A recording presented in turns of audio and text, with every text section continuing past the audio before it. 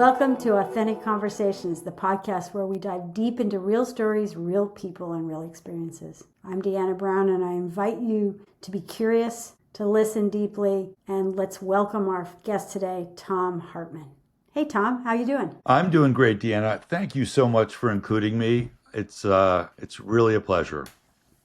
So Tom and I know each other. Just to give you a background, we worked at the Eiffel Tower, known as Condé Nast Publications, a global media company that was very popular back in the day of magazines. So it's good to see you again, Tom, and we have stayed in touch since then. I know about your background is the 35 years as an executive leading sales, but what I'm excited to talk a little bit more about today is how you've really transitioned out of being a sales leader in the media business at the Empire and a few other places afterwards, but also really how you've shifted into, I would almost qualify it as human development, and you're building and helping people grow.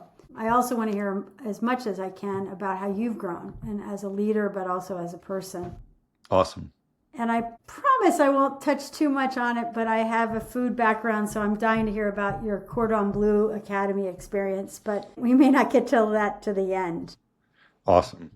So that's what I'd like to talk about today. Let's start with what I stated up front, which is tell me a little bit about your background in your words as a sales executive and leader for nearly 36 years. Amazing. And again, Deanna, so much to unpack there, but really, I really appreciate the opportunity to reconnect with you because you also have had an amazing career. I spent the better part of my career in sales leadership. I worked at companies from small startups. I was at DoubleClick before it went public. I was at large companies like American Express and Walt Disney, selling everything from media to ad tech to MarTech, and really had the pleasure of working with amazing people and on some pretty wonderful brands. So yes, Vogue, but yes, the Walt Disney brand, the American Express brand. And I think the thing that really inspired me all along was the people, whether those people were the colleagues or the clients. It was always about the opportunity to work with great people. And that led me 4 years ago to changing my career to be an executive coach. And I launched my business, Hartman Executive Coaching, almost exactly 4 years yesterday. It followed a bunch of training, and we'll talk about all that. But it really was this commitment to people and to helping people advance towards what they want that's been the through line of all of this work. Would you say that particular element is sort of your core value or belief that sort of drives the work, is that people are sort of the crux of what you do? Yeah, I think that there's a really strong sense of service that's been instilled in me. You know, I grew up in a family where public service was a big part of our life. My father was a small businessman, but his real passion was public service, and he was involved in local politics and state politics and eventually national politics.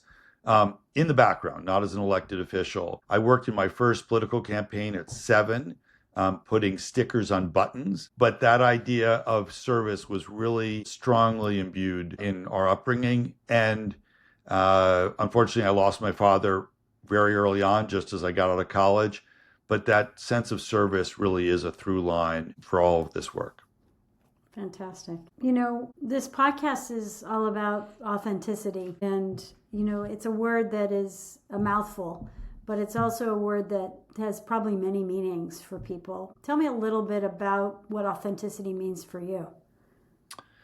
Yeah, I've been thinking about it a lot and doing some research, and it's such a powerful topic to explore. I think the part of it that is really resonant for me is how you connect what's inside for you with your actions externally, right? And I think that the courage it takes to do that on a consistent basis is harder step by step in our lives, where the impact and the risks are growing as our careers advance. You know, we grow into being part of families or having partners or, you know, having added responsibilities within our chosen families. And I think that authenticity really is am I being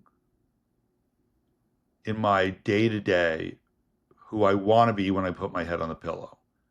And I think that there's Adam Grant, the organizational psychologist, writes about this in his book, Think Again. He says, authenticity means erasing the gap between what you firmly believe inside and what you reveal to the outside world. And I think that's a pretty good summary of authenticity. That's awesome. Let's take that word courage for a second, because I think I like that one as also being a pretty powerful word, especially, in one sense, you might think around it as it relates to business, but also there's obviously a fair amount of personal courage involved. Is there a time in your life that you were challenged where courage was sort of required and a big part of your response was to be courageous? And how does that look? And was that a defining moment for you? Well, I would say one of them was when I went off to go train to be a cook. I was in my 30s. I was in a job that most people would have, thought as a pretty good gig. I was running U.S. sales for Vogue magazine, which was then the largest magazine in terms of ad pages, monthly magazine in the country. Yeah. And I wasn't happy. Right. And I gave notice and moved to Paris and spent 9 months learning to cook, training to cook in a professional setting.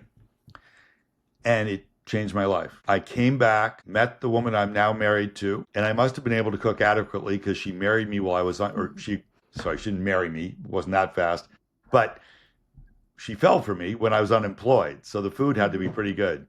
Yeah. But I would say figuring out that I was not where I wanted to be and making a change that allowed me to reset. Mm-hmm. That's great. That's great.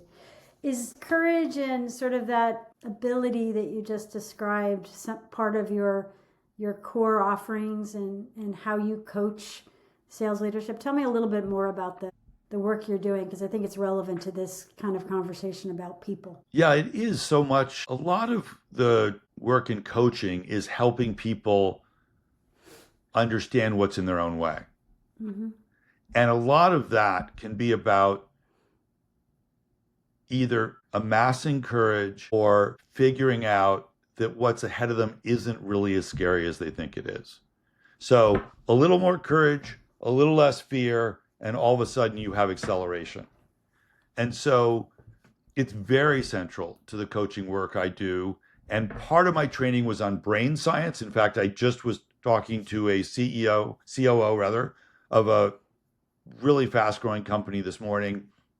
And he had to have a very difficult conversation with a member of the C-suite.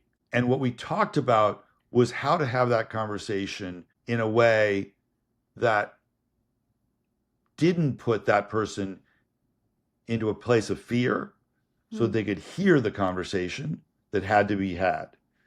And for my client, it was as much about reframing their role, and the courage for them was to approach this conversation from a different place. And the courage that he was going to give to the other person was to have it in a generous way so the impact would be what he intended.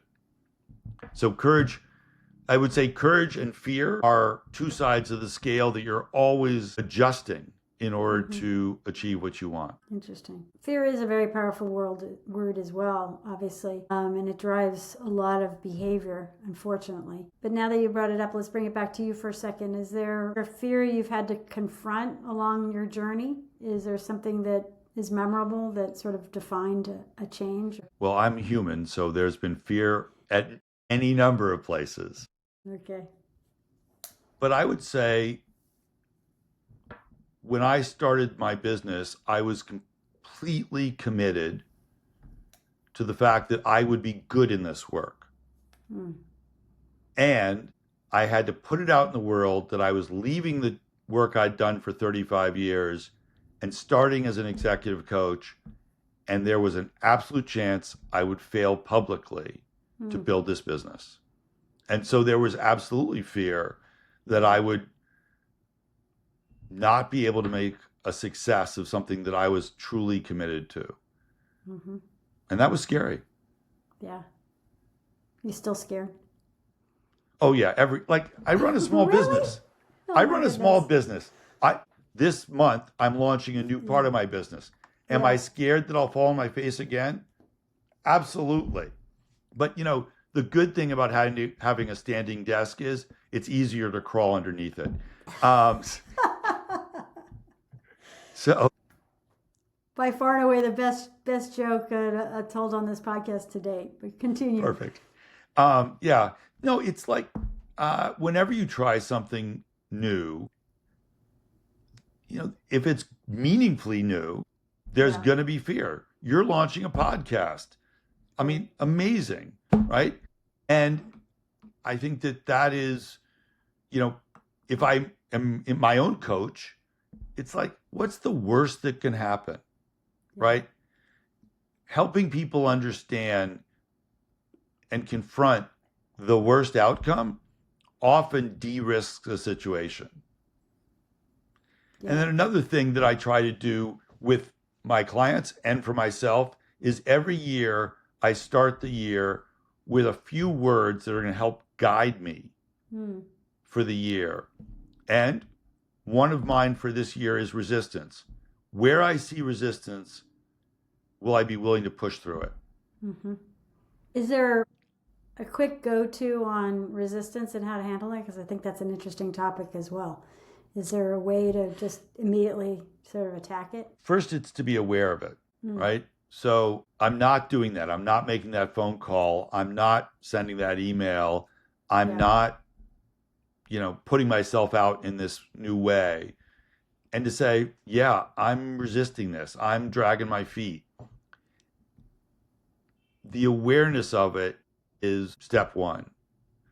Second is to try and ask what's behind it, right? And whether you get to the why of it or you go to what's the worst thing that can happen, right? The world is really not going to care and probably think no less of me if this new initiative that this new offering doesn't fly. I will survive, my business will survive, and just understanding that the risks are rarely as large or traumatic as we make them out to be in our own head. Right. I would say those are two big steps. So taking on this new career and the fear and the risk and all that you've described, that sounds like a fair amount of stress in a world that's chaotic, to say the least. Tell me a little bit about your personal habits. How do you stay grounded when things get stressful? What are the daily practices that you use that kind of keep you level and moving forward? How would you think Oatmeal about raisin cookies. that? I am a firm believer in the sort of therapeutic value of oatmeal raisin cookies. Daily practices, exercise. Yeah. And I played sports growing up. I'm not a huge athlete, but just doing something every day. And I say to my clients, you don't have to sign up for a triathlon, right? You don't have to go follow someone on Instagram who's pumping 200 pounds in curls. But it is important to do something every day to get your body out of itself. That's the first thing. I think meditation of some form is hugely valuable. Yeah. I wish I could tell you I do it every day, but I do it many times a week. And I think it just allows what's bothering you, what you're not quite aware of, to come to the top and either release it or deal with it. I would say those are two really good ones. And then one of my least favorite expressions, I eat my own dog food. I have a coach, someone I go to keep me on track, to help me take those risks, to be there as my thought partner in my work life. That's awesome. That's good advice. What's something that you're thinking that in the next decade, beyond your business or including your business, that you think that you hope that you can change, that you can kind of move the world forward? Yeah. I think that unifying the country, the community, helping people be less separated is really important. And part of what comes through in coaching, even if it's on a one-to-one or in a group basis, is human connection. Mm-hmm. And there was an amazing book written by Bob Putnam called Bowling Alone, which came out a number of years ago, which talks about how when the community of the country, when the social fabric breaks down, everything breaks down with it, and how it's important to sustain that and grow that. And so I think that's a really important undertaking. It's something that I work on and try to address, because if we have shared community, it's a lot easier to listen to each other. Mm-hmm. What's the one question that you wish people would ask you more often? Why is pastry so frustrating to work with? It is, isn't it? I'm a baker myself, and I find that challenging. I think that in any of the undertaking in my life, I definitely curse most when I'm dealing with pastry. Okay. Or children. Children and pastry, really. Those are the two biggies. Let me try to figure out if I can connect the dots between children and pastry. No. Lack of structure. Yeah. I think that a great question is, how can I achieve what I know in my heart I want to achieve? Uh-huh. Because when someone opens up and offers some vulnerability, you have the chance to be of service to them. And I really do think of this coaching work as a service. But I also see, we've been in the business a long time. And one of the great questions is, who do you know? Because I always love helping connect people. And you are the master and the most generous of people for this. But helping people connect to other people. Passing on someone I know who can be of help to someone who wants to meet someone new. I think that's one of the great questions. Who do you know? Who do you know? Awesome. What's one thing you're proud of that you rarely get to talk about? I would say my kids. Okay. I have two amazing children. One is working in Congress, and one has just gotten his first job. He graduated from college, and they care about the people around them. And I think that's amazing. That's super awesome. I think we're going to wrap up here. You've given me a lot to think about, including pastry and oatmeal cookies. I'm not sure if I'm hungry or if I'm ready to go, take on some flour and water and a series of ratios, as I know baking to be. Tom, thank you again. The audience, the listeners, I will leave in the meeting notes his contact information and a way to get in touch with Tom if you're curious about your own personal career in sales, or if you're just interested in speaking to the chef himself. Take good care, Tom, and enjoy the rest of your week. Thank you, Deanna, and thank you so much for having me on the show. Be well.